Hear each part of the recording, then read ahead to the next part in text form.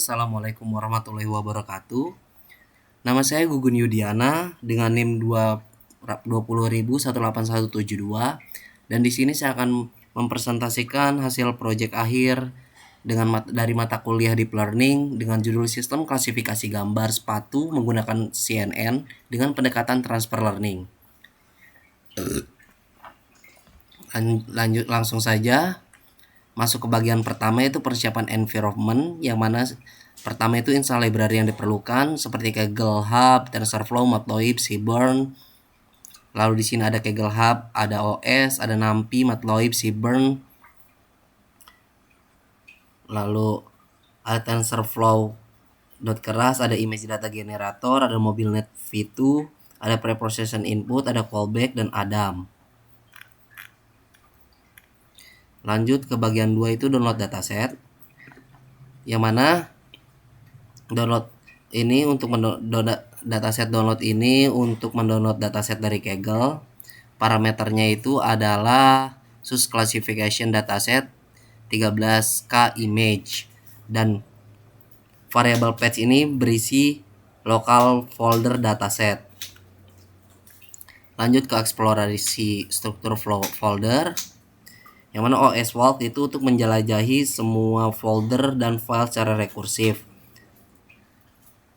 Dan level ini untuk menentukan kedalaman folder, 0 sama dengan root, 1 sama dengan subfolder dan seterusnya. Fungsinya untuk menampilkan struktur folder untuk organisasi dataset, dan dataset biasanya terstruktur. Bagian 3, konfigurasi dataset. Di sini untuk mengkonfigurasi parameter saya menggunakan image setnya 224 karena MobileNet V2 itu membutuhkan input 224x224 pixel. Batch size-nya 32 karena jumlah gambar yang diproses sekaligus dan trade-off antara kecepatan dan memori. 6 classes.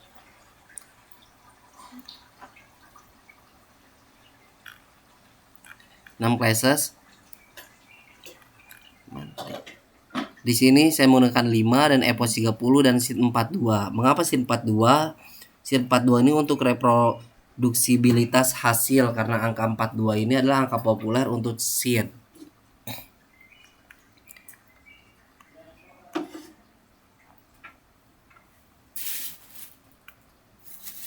Langsung memperbarui data dir agar menunjukkan ke directory trend yang berisi kelas-kelas sebenarnya, yang mana OS path,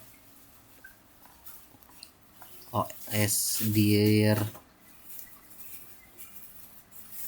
OS list dir ini untuk mendaftar semua item dalam folder. OS path list dir ini memfilter hanya folder yang bukan file.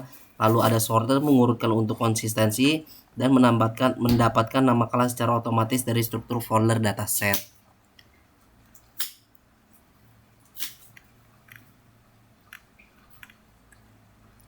Masuk ke bagian data generator augmentasi, yang mana di sini ada image generator atau kelas yang menghasilkan batch gambar dengan augmentasi. Pre-processing function processor input ini untuk normalisasi spesifik MobileNet V2 untuk mengubah rentang nilai ke min 1,1. Rotation range 30 itu untuk memutar gambar random hingga 30 derajat. Width shift range 0,2 itu untuk menggeser lebar hingga 20%. Height shift range 0,2 itu menggeser tinggi hingga 20%. Shear range 0,2 itu untuk transformasi shear atau kemiringan hingga 20%. Zoom range itu untuk zoom in out hingga 20%. Horizontal flip sama dengan true itu membalik horizontal seperti cermin. Fill mode sama dengan nearest ini untuk mengisi pixel kosong dengan nilai terdekat. Dan validation split 0,2 itu untuk memisahkan 20% data untuk validasi. Dan mengapa augmentasi ini penting? Ya, menurut saya untuk mencegah overfitting dan meningkatkan generalisasi, karena model bisa mengenali objek dalam berbagai kondisi, dan untuk memperkaya dataset dengan variasi baru.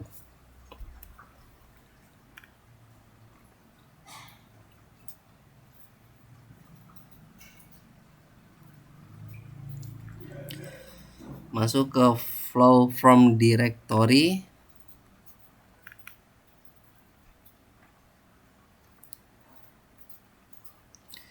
Yang mana di sini ada target image size, ada batch size, ada seed, ada subset training. Subset training ini untuk mengambil subset training yang mana yang 80% tadi, dan shuffle through itu untuk mengacak urutan data setiap epoch, dan seed itu seed yang sama untuk reproduktabilitas.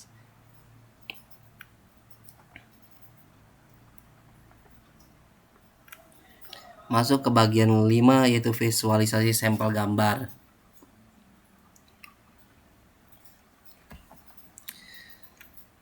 Sini ada next generator untuk mengambil batch pertama dari generator, lalu ada image i kali 0,5 ditambah 0,5 itu untuk membalik normalisasi mobile VNet 2. Karena nilai asli di min 1,1 itu akan diubah ke 0,1 untuk display. NPR Match itu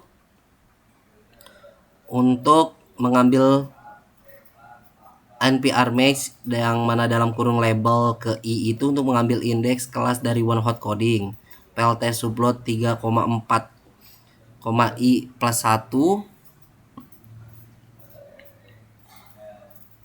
untuk membuat grid 3x4 untuk gambar 12 gambar. Dan ini gambarnya. Lanjut membangun model dengan transfer learning.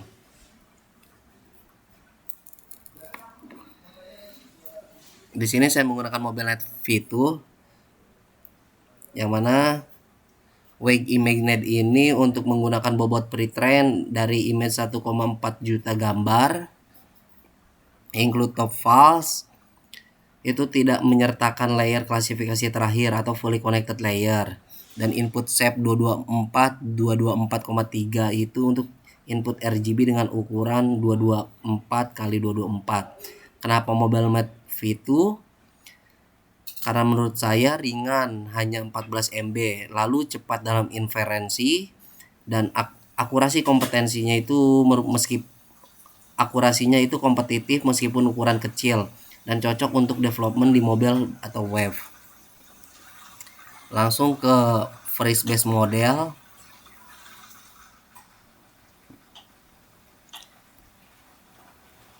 Base model feature extraction MobileNet V2. Trainable files ini untuk membekukan semua bobot base model. Tidak akan diupdate semua trainingnya, dan base model berfungsi sebagai feature extraction statis, dan ini adalah esensi dari feature extraction dalam transfer learning. Lanjut membangun model dengan lengkap. Yang pertama ada base model, yaitu feature extraction dari MobileNet V2. Lalu ada global average polling 2D, itu untuk mengurangi dimensi fitur map menjadi 1D, menghitung rata-rata setiap channel, mengalihkan flatten untuk mengurangi parameter. Lalu ada dense 512 dan active ReLU untuk fully connected layer dengan 512 neuron. Aktivasi ReLU ini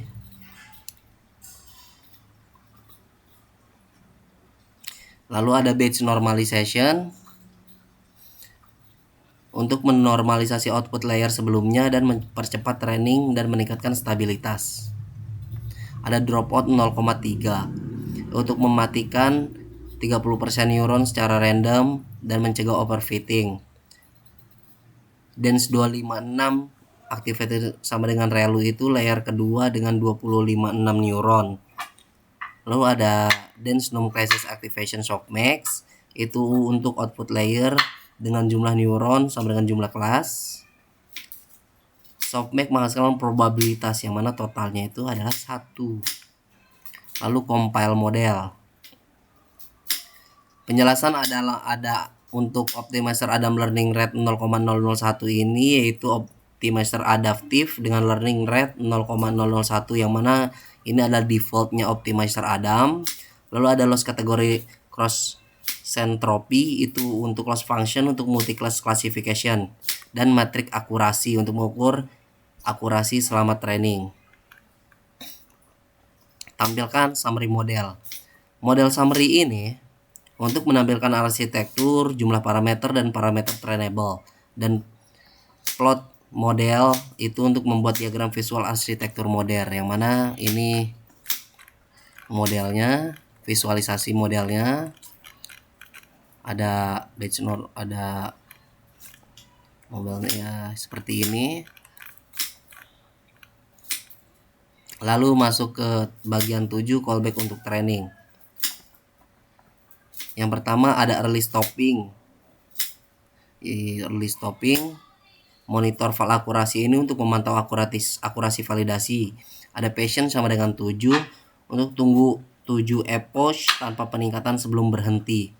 Ada restore base wake sama dengan true. Fungsinya kembali ke model terbaik saat berhenti. Ada vborst sama dengan 1 untuk menampilkan pesan saat berhenti. Lalu ada reduce on play2, yang mana monitor valos ini untuk memantau valos validasi. Faktor 0,2 ini untuk kurangi LR dengan faktor 0,2 dari 0,1 yang menjadi 0,00002. Patient 3 ini untuk menunggu 3 epoch sebelum mengurangi LR. Min LR ini batas minimum LR, yang mana di sini ada I E sama dengan 7. Jadi 1 atau 0,00007. Lalu ada model checkpoint. Model checkpoint ini ada file base model untuk file base model .h5, nama file model terbaik. Monitor file akurasi itu untuk menyimpan berdasarkan akurasi validasi. Ada save base model only true, yang mana simpan hanya jika lebih baik dari sebelumnya. Lanjut ke bagian 8, yaitu training tahap 1 atau fitur extraction. Yang mana di sini buat validasi generator, trend data gen, dan subset validation. Sini ada step per epoch-nya, ada validation step. Yang di sini ada epoch 15, yang mana saya menggunakan epoch 15 untuk epoch pada tahap pertama. Lalu ada history P1, menyimpan metrik untuk training. Lanjut bagian 9, training tahap 2 atau fine tuning. Yang pertama itu untuk unfreeze beberapa layer teratas dari base model. Lalu membukakan kembali layer yang hanya latih layer atas. Lalu mengcompile ulang dengan learning rate lebih kecil. Fine tuning. Mengapa menggunakan fine tuning? Menurut saya, untuk menyesuaikan fitur-fitur abstrak dengan dataset spesifik sepatu. LR kecil untuk menghindari catastrophic forgetting atau melupakan pengetahuan ImageNet. Dan hanya layer atas yang dilatih karena layer bawah menangkap fitur umum atau tepi dan tekstur. Lanjut, gabungkan histori untuk visualisasi. Menggabungkan histori dari kedua tahap untuk visualisasi kontinu dari epoch 1 sampai epoch 30. Lanjut ke bagian 10, yaitu visualisasi hasil training, yang mana di sini ada plot akurasi dan loss, ada plot akurasi, ada plot loss, dan tampilkan akurasi metrik terbaik. Bisa kita lihat ini di grafiknya, model akurasi dan model lossnya, dan di sini ada akurasi validasi terbaik yaitu 79,79%. Masuk ke evaluasi model. Yang pertama, prediksi data validasi.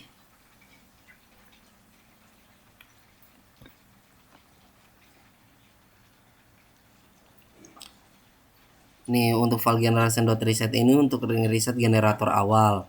Model predik itu untuk prediksi semua data awal. NPR match ini untuk ambil kelas dengan probabilitas tertinggi. File generator classes ini untuk true labels dari generator, dan class label untuk nama class dari index. Lanjut ke confusion metric.